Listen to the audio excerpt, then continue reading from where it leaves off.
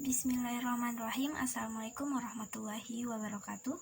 Kami dari kelompok 5 akan mempresentasikan hasil diskusi kelompok kami terkait dengan kalimat efektif bahasa Indonesia. Sebelum lanjut ke materi, izinkan kami untuk memperkenalkan diri. Yang pertama ada I Gusti Ayu Kamala Patrisa dengan NIM A1C021011 sebagai pemateri pertama. Kemudian ada Ninyoman Sarastri Rahayu dengan NIM A1C021020 sebagai pemateri kedua.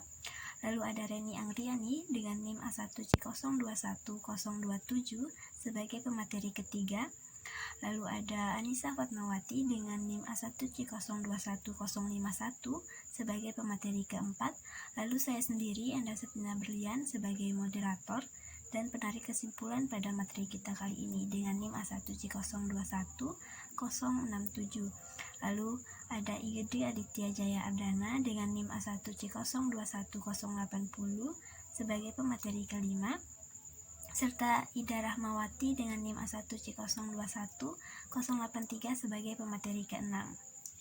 Kemudian ada pun submateri yang akan dibahas pada materi kalimat efektif. Yang pertama adalah mengenai latar belakang dari kalimat efektif. Kemudian yang kedua adalah mengenai pengertian dari kalimat efektif itu sendiri. Lalu mengenai syarat-syarat dari kalimat efektif serta ciri-ciri kalimat efektif. Baik, langsung saja kepada rekan saya pemateri pertama, saya persilahkan. Baik, terima kasih kepada moderator atas waktunya. Di sini saya akan memaparkan mengenai latar belakang dari materi kalimat efektif yang kami ambil. Manusia adalah makhluk individu sekaligus sebagai makhluk sosial. Sebagai makhluk sosial, manusia tidak dapat hidup sendirian dan saling membutuhkan dengan manusia yang lain. Dalam hubungan antar manusia ini ada yang disebut dengan interaksi atau hubungan.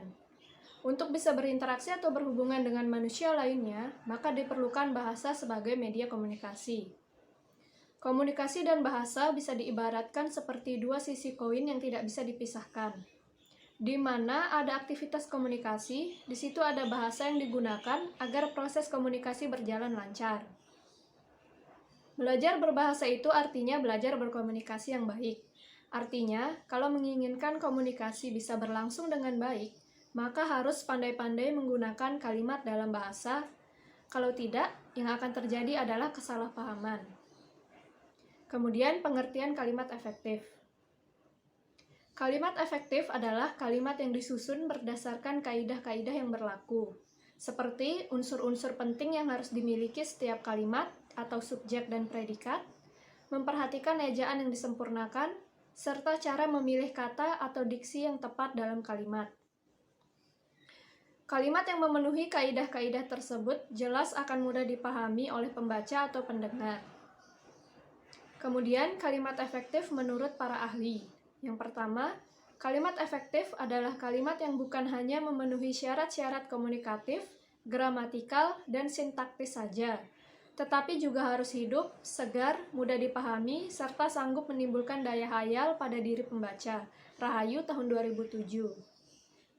Kedua, kalimat efektif dipahami sebagai kalimat yang dapat menyampaikan informasi dan informasi tersebut mudah dipahami oleh pembaca. Nasusa, Rohmadi, dan Wahyudi tahun 2009. Ketiga, kalimat efektif adalah kalimat yang benar dan jelas, sehingga dengan mudah dipahami orang lain secara tepat. Akadiah, Arsyad, dan Ridwan tahun 2001. Keempat, kalimat efektif dipahami sebagai sebuah kalimat yang dapat membantu menjelaskan sesuatu persoalan secara lebih singkat, jelas, padat, dan mudah dimengerti serta diartikan. Arif HP tahun 2013. Sekian dari saya kembalikan kepada moderator. Terima kasih atas pemaparannya. Kepada pemateri selanjutnya, saya persilahkan.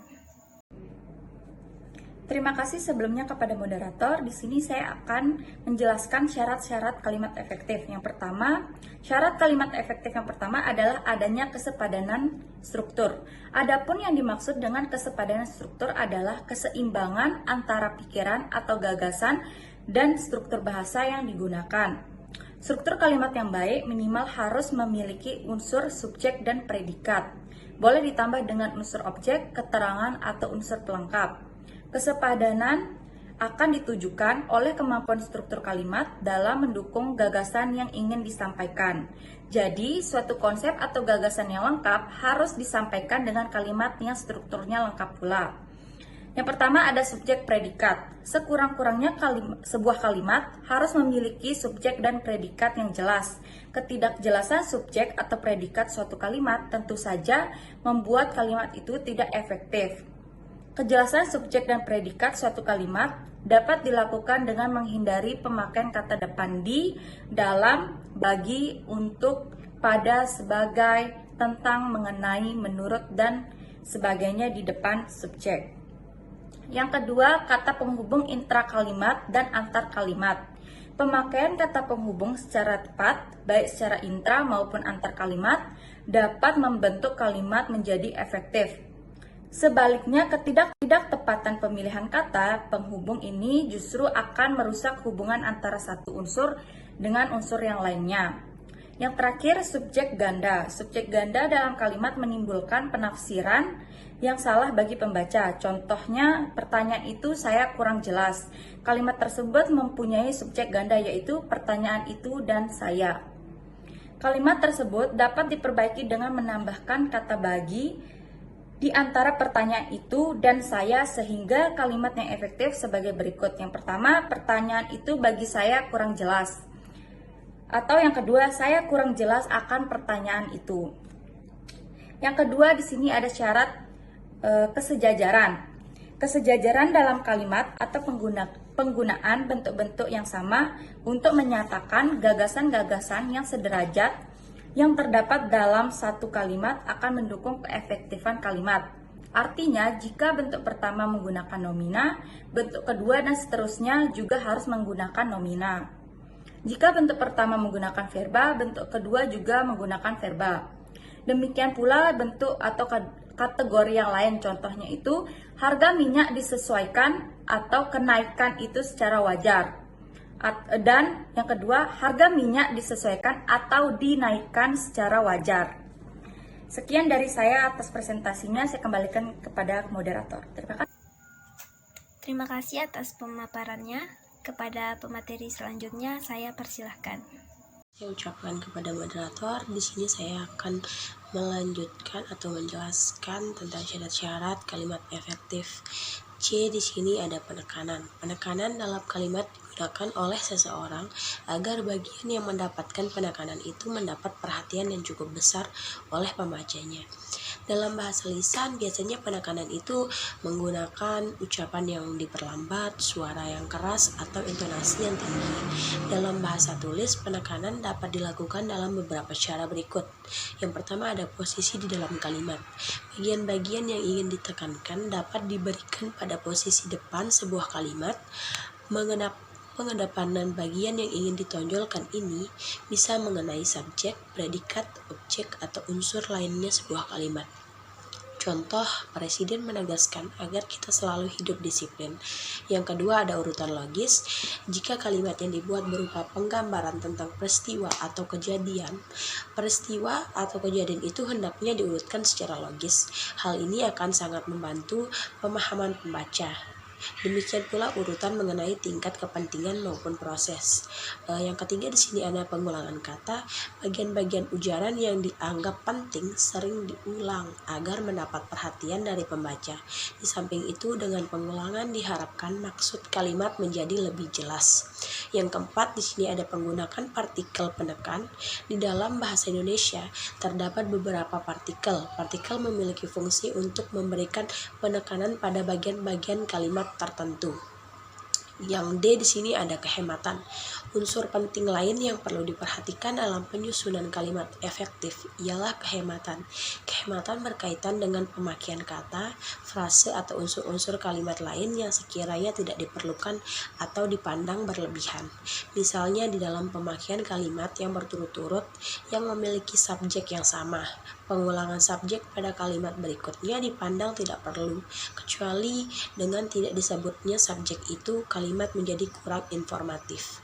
Demikian juga pengulangan penyebutan kata-kata atau frase tertentu dalam kaitannya dengan rumusan kalimat yang berisi hemat efektif umumnya dalam kalimat harus ada. Yang pertama itu ada penghilangan pengulangan subjek, yang kedua itu ada penghilangan superordinat, yang ketiga itu ada penghindaran kesinoniman, yang keempat itu tidak menjamakkan kata-kata yang berbentuk jamak. Sekian dari saya kembalikan kepada moderator. Terima kasih. Terima kasih atas pemaparannya. Kepada pemateri selanjutnya, saya persilahkan. Terima kasih sebelumnya kepada moderator. Saya akan melanjutkan syarat selanjutnya, yaitu syarat kelogisan. Efektivitas kalimat efektif dalam bahasa Indonesia juga dapat dilihat dari dimensi kelogisan maknanya. Kelogisan adalah ide kalimat tersebut dapat diterima oleh akal pikiran manusia dan penulis sesuai dengan ejaan yang berlaku. Contoh dari kelogisan yaitu, yang pertama ada kepada Bapak Camat, waktu dan tempat kami persilahkan. Contoh yang kedua, untuk mempersingkat waktu, kami teruskan acara ini. Syarat selanjutnya yaitu syarat kebervariasian. Variasi adalah suatu upaya yang bertolak belakang dengan pengulangan kata. Pengulangan kata yang digunakan secara berlebihan akan menimbulkan kebosanan bagi pembaca. Untuk menghindari hal itu, perlu digunakan bentuk lain yang merupakan variasinya. Cara yang biasanya digunakan adalah sebagai berikut. Yang pertama ada variasi sinonim kata. Penggunaan variasi sinonim kata ialah penggunaan kata-kata lain yang mempunyai arti yang sama, mirip, atau dekat. Hal ini diupayakan agar penulis tidak memakai kata-kata yang berulang sehingga membuat pembaca bosan. Yang kedua, variasi panjang pendek kalimat. Suatu cara lain yang sering digunakan untuk membuat kalimat efektif ialah variasi panjang pendek kalimat. Sebuah karangan yang menggunakan kalimat yang pendek-pendek akan membuat pembaca kesal. Demikian juga jika karangan itu menggunakan kalimat yang panjang-panjang, pembaca akan mengalami kesulitan untuk memahaminya. Sama halnya kalimat-kalimat yang digunakan dalam surat. Oleh karena itu, penulis perlu menampilkan kalimat yang bervariasi. Yang ketiga, variasi cara memulai kalimat. Variasi cara memulai kalimat ini sama dengan cara penekanan bagian kalimat dengan pengedepanan bagian yang ditekankan yang telah kita bahas sebelumnya. Kalimat bisa dimulai dengan subjek, predikat, keterangan, atau yang lain. Yang keempat, variasi jenis kalimat. Kalimat yang digunakan untuk menulis tidak selalu kalimat berita. Jenis kalimat lain juga bisa dan perlu digunakan. Misalnya kalimat tanya, aktif, pasif, susunan biasa, susunan balik, tak langsung, dan sebagainya. Sekian dari penjelasan saya kembalikan ke moderator. Terima kasih atas pemaparannya. Kepada pemateri selanjutnya, saya persilahkan. Baik, terima kasih kepada moderator. Selanjutnya saya akan melanjutkan syarat dari kalimat efektif. Selanjutnya yaitu kecermatan dan kesantunan.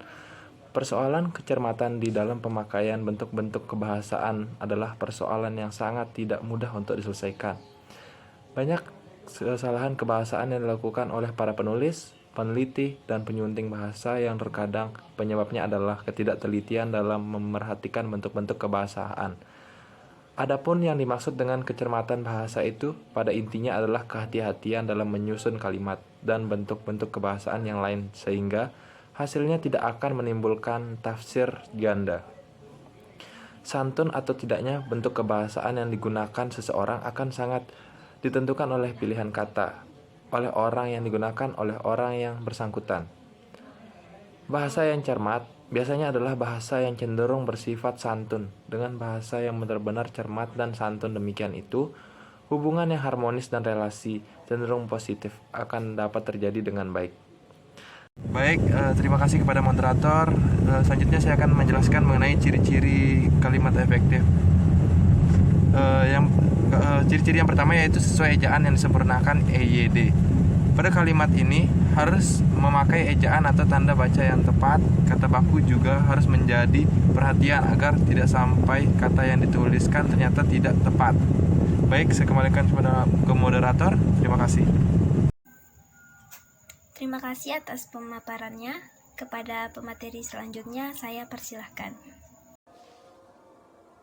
Terima kasih sebelumnya kepada moderator.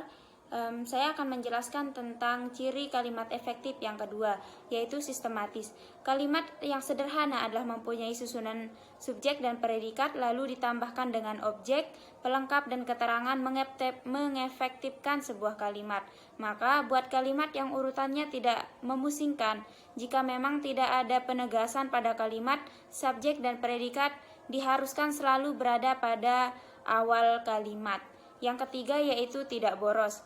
Jangan sampai kalimat yang terlalu banyak menggunakan kata-kata bisa terlihat bertele-tele.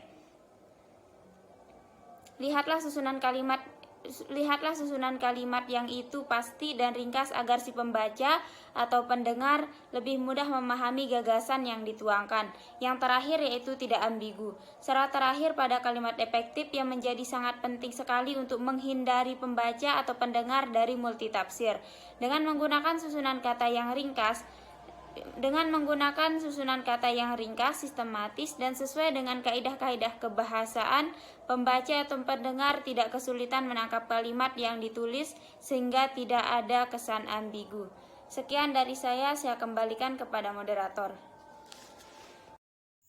Terima kasih atas pemaparan materinya.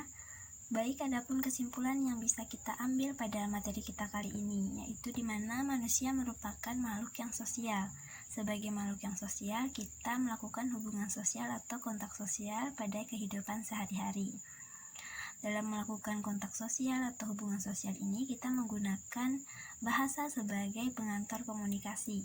Agar komunikasi berjalan dengan baik dan dengan lancar, serta terhindar dari kesalahpahaman, maka harus menggunakan kalimat-kalimat yang efektif, di mana kalimat efektif ini merupakan kalimat yang makna dari sang penutur itu sama dengan apa yang dipahami oleh pendengar atau lawan bicara kita.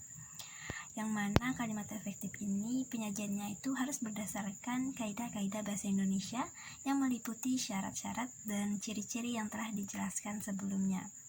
Demikian presentasi dari kelompok kami. Mohon maaf apabila ada kesalahan dan kekurangannya. Terima kasih atas perhatiannya.